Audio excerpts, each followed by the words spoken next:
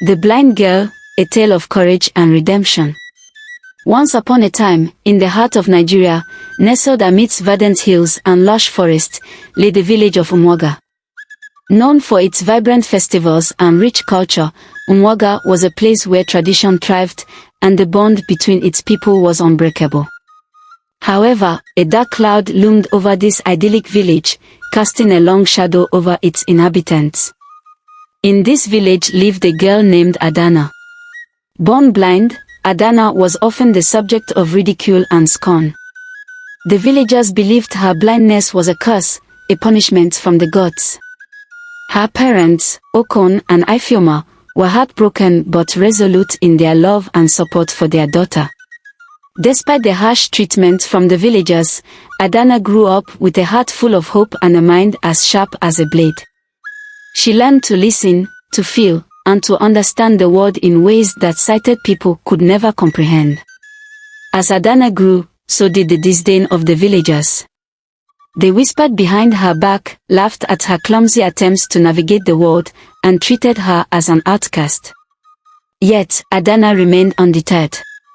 She found solace in the ancient tree at the village center, a tree believed to possess magical properties and be a gift from the gods. The villagers revered the tree, often gathering around it for festivals and rituals. For Adana, it was a place of peace and introspection. One fateful year, disaster struck. A terrible drought gripped Umaga, turning its once fertile lands into barren wastelands.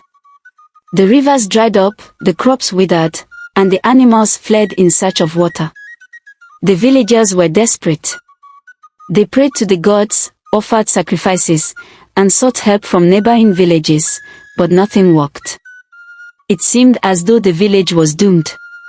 Amidst this chaos, a mysterious illness began to spread. It started with a cough and a fever, but quickly escalated into something much worse. The villagers were dropping like flies, and no one knew what to do. The village healer, an old woman named Momankechi, was at a loss. She had never seen anything like it. Desperation and fear gripped the village.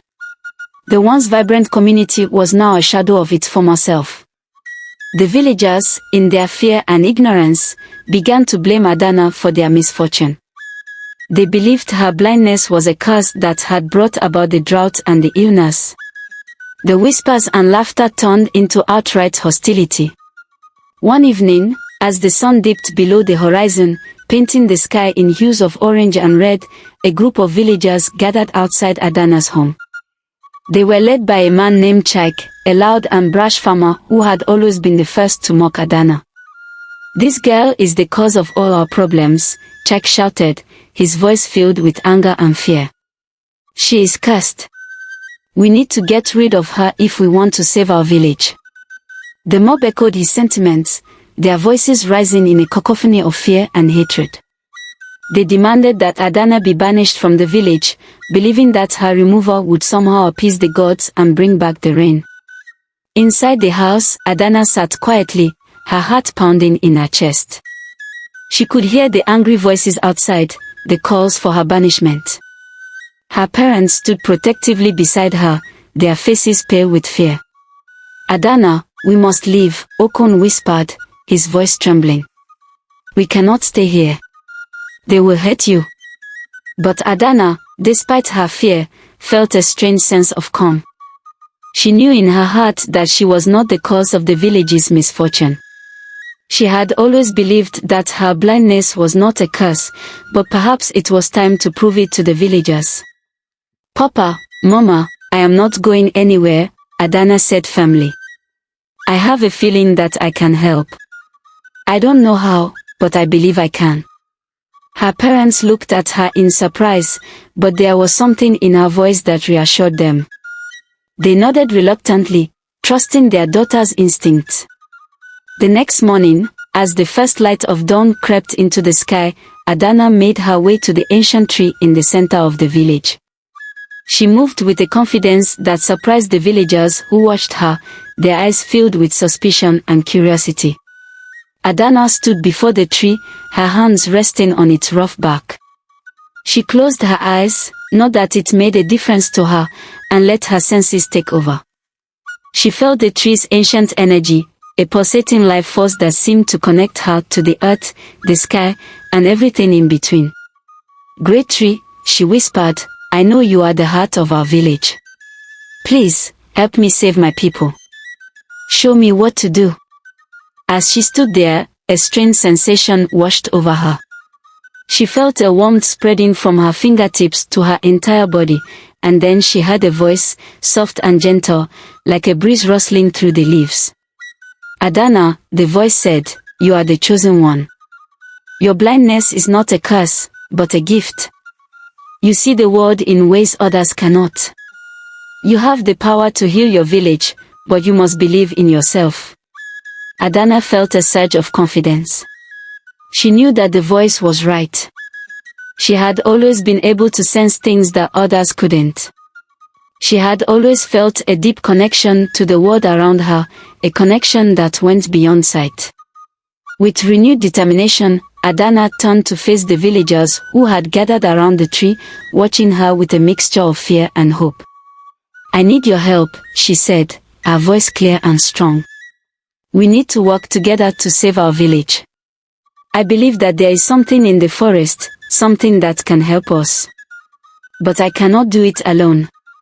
The villagers were skeptical, but there was something about Adana's presence, her confidence, that made them pause. Chike stepped forward, his face twisted with doubt. "And why should we believe you?" he asked, his voice filled with suspicion. "Because I have nothing to gain from lying," Adana replied calmly.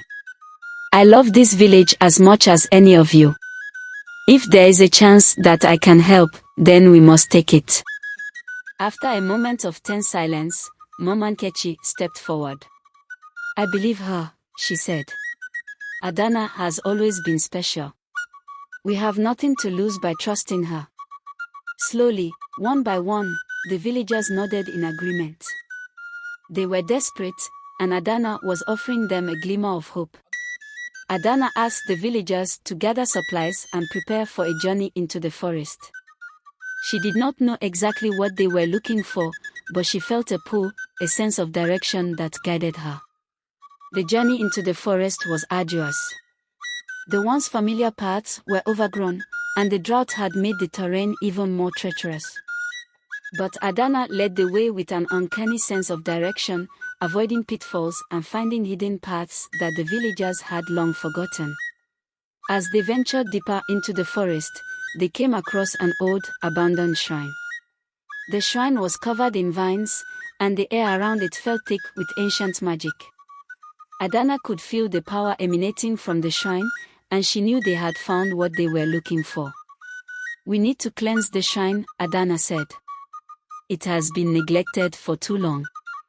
The gods are angry, and we must appease them." The villagers set to work, cleaning the shrine and offering prayers and sacrifices. Adana guided them, her senses heightened by the presence of the ancient magic. As they walked, she felt a sense of peace, a connection to something greater than herself. Once the shrine was cleansed, Adana stood before it, her hands raised in supplication. "Great gods of our ancestors," she prayed, "we ask for your forgiveness. We seek your help to save our village. Please, hear our plea." As she finished speaking, a sudden gust of wind swept through the clearing, and the air crackled with energy. The villagers watched in awe as the shrine seemed to come to life, the vines falling away to reveal intricate carvings and symbols. Adana felt a warmth spreading through her body, and she knew the gods had heard their plea. She turned to the villagers, her face radiant with hope. "We must return to the village," she said. "The gods have given us their blessing. The rains will come, and the illness will be cured." The journey back to the village was filled with a sense of anticipation. The villagers, once skeptical, now looked at Adana with a newfound respect and admiration. They had seen the power of the gods, and they believed in her. As they approached the village, dark clouds began to gather in the sky. The first drops of rain fell, and the villagers cheered, their spirits lifted by the sight.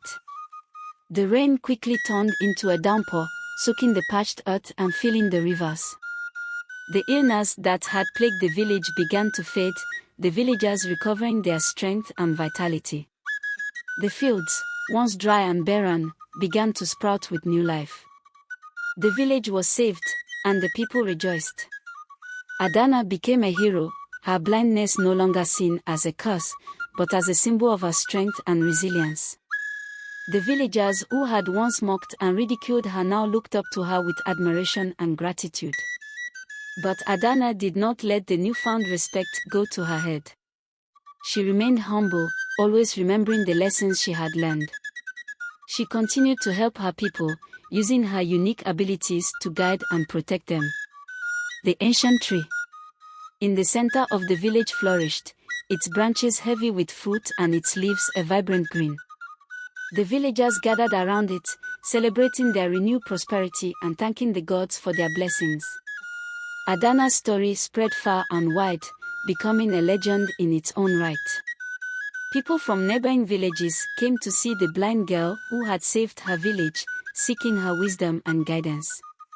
And so, Adana's name was etched into the annals of history, a reminder that true strength comes from within, and that even in the face of adversity, hope and determination can lead to miracles.